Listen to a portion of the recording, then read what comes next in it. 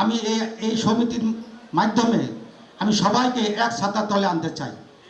আমি কে নোয়াখালী, কে বরিশাল, কে ফরিদপুর, এটা আমার কাছে মুখ্য বিষয় না।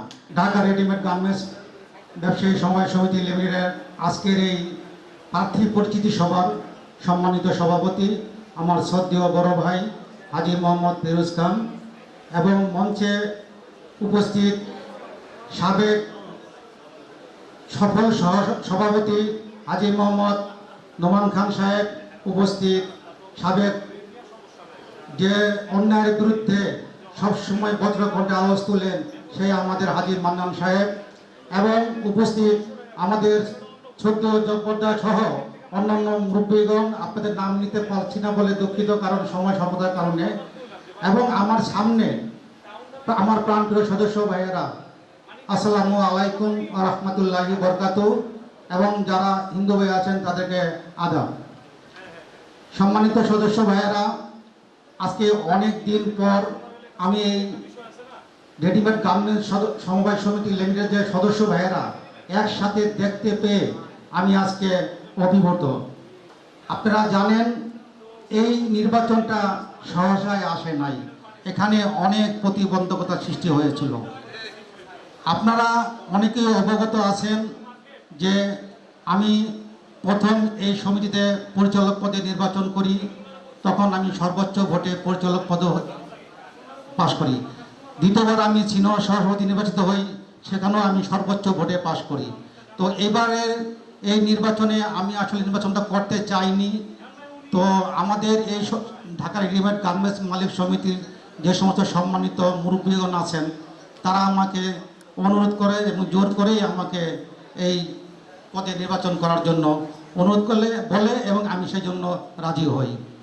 তো আপনাদের কাছে আমি একটি কথাই বলবো, আসলে আমাদের প্রতিপক্ষের একটি আলোচনা সভা আমি দেখলাম, সেখানে যে সভাপতি করেছিলেন, যদি আমার ভুল না হয়, আমির হোসেন ভূঁইয়া সাহেব, উনি একজন সম্মানিত ব্যক্তি এবং উনি যে বক্তব্য ছিলেন খুব সুন্দর একটা বক্তব্য দিয়েছিলেন যে পিছনের কথা কেউ না বলে সামনে আমরা কি করব সেদিকে আলোচনা করেন। কিন্তু দুঃখের বিষয় আমি দেখলাম যে সেখানে প্রার্থী পরিচিতি আলোচনাটাকে বাদ দিয়ে বিপক্ষের দলের গীবত দেওয়া শুরু করে দিল। আপনারা যারা ভিডিওটি দেখেছেন, আমিও রেকর্ড দেখেছি, আমি মিথ্যা কথা বলবো না। আমি দেখলাম যে আমি নাকি আহ্বায়ক কমিটির সভাপতি থাকাকালীন একটা পক্ষ নিয়েছি। আমি গত বিশেষ আলোচনা সভায় আপনাদের কাছে বলেছিলাম, তারপরও আমি একটু বলি, এই যে মামলাটা হয়েছে সেটাও একটা মিথ্যা কথা বলছে যে আমি নাকি মামলাটা করেছি। তো একটু যদি আমি না বলি তো আপনারা বুঝবেন না। আমি যখন আহ্বায়ক কমিটির সভাপতি ছিলাম তখন তফসিল ঘোষণা করা হয়েছিল, এটাও সত্যি, এবং তারা প্রার্থীরা যারা প্রার্থী হয়েছিল তারা মনোনয়নপত্র ক্রয় করেছে, এটাও সত্যি। কিন্তু যারা আরেকটা বিশাল একটা পক্ষ, তারা বলল ভাই এখন সামনে কুরবানির ঈদ, হজের মৌসুম, তখন উপজেলা চেয়ারম্যান নির্বাচন ছিল এবং প্রচণ্ড তাপ গরম ছিল, তো আপনারা যদি এই নির্বাচনটা কুরবানিদের পরে দেন তাহলে আমাদের জন্য সুবিধা হয়। তো আমি বলেছিলাম যে এইটা মৌখিক কথা বললে এটা আমার দ্বারা রাখা সম্ভব না। তখন অনেক সদস্য তাদের স্বাক্ষর দিয়ে, মোবাইল নাম্বার দিয়ে প্রায় 650 সদস্যর একটি দরখাস্ত আমার কাছে দেয়। তখন আমি এই সদস্যদের এই দরখাস্ত নিয়ে আমি আহ্বায়ক কমিটি 3 জন এবং নির্বাচন কমিশনের 3 জন, এই 6 জন নিয়ে আমরা আলোচনা করি। তখন নির্বাচন কমিশন তারা সাময়িকভাবে এই নির্বাচনটা স্থগিত করার জন্য তারা সুপারিশ করে এবং নির্বাচনটা সাময়িকভাবে স্থগিত করা হয়। কিন্তু আমি বলেছিলাম যে আমি এই ব্যাপারটা সমবায় মন্ত্রণালয়ের আন্ডারে আমরা আছি, আমরা তাদের সাথে আলোচনা না করে কিছুই বলতে পারবো না। আমি সমবায়তে গিয়ে বললাম যে ভাই এই অবস্থায় এখন আমি কি নির্বাচন করতে পারি? 650 সদস্য নির্বাচনটা পিছানোর জন্য দাবি করেছে। তখন সমবায় মন্ত্রণালয় থেকে বলল যে মেজরিটি% সদস্য যখন নির্বাচন চায় না, সেই নির্বাচন আপনি করতে পারবেন না।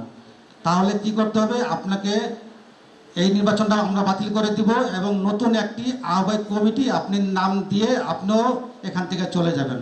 আমি সেখানে সেইটাই রাজি হয়ে আসলাম এবং তারা আমাকে বলল যে আপনার মেয়াদ আছে আর 27 দিন, আপনি নতুন একটি আহ্বায়ক কমিটির নাম দিয়ে আপনি নির্বাচনের ব্যবস্থা করেন ঈদের পরে।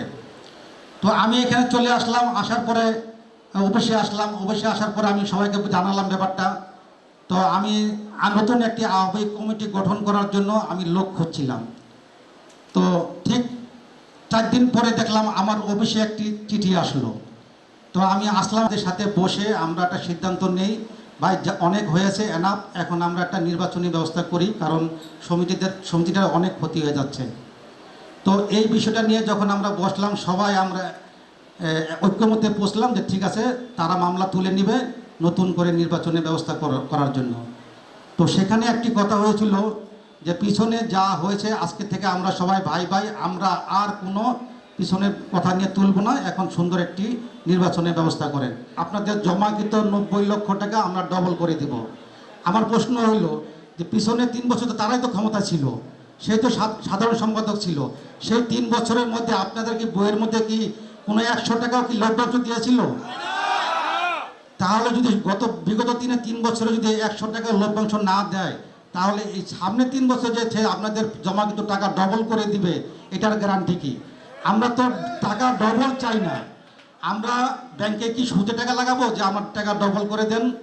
আমরা চাই এই সমিতির সবাই আমরা একসাথে থাকবো, আমরা সবাই মিলেমিশে থাকবো এবং ব্যবসা টাকা জমা হলে এটা অটোমেটিক্যালি লাভ হবে।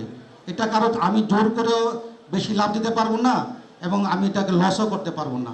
আমি এই সমিতির মাধ্যমে আমি সবাইকে এক ছাতার তলে আনতে চাই। আমি কে নোয়াখালী, কে বরিশাল, কে ফরিদপুর, এটা আমার কাছে মুখ্য বিষয় না। আমার মুখ্য বিষয় হলো আমরা ফুলবাড়িয়ার ব্যবসায়ী, আমরা সবাই একসাথে থাকবো, আমরা সবাই ভাই ভাই।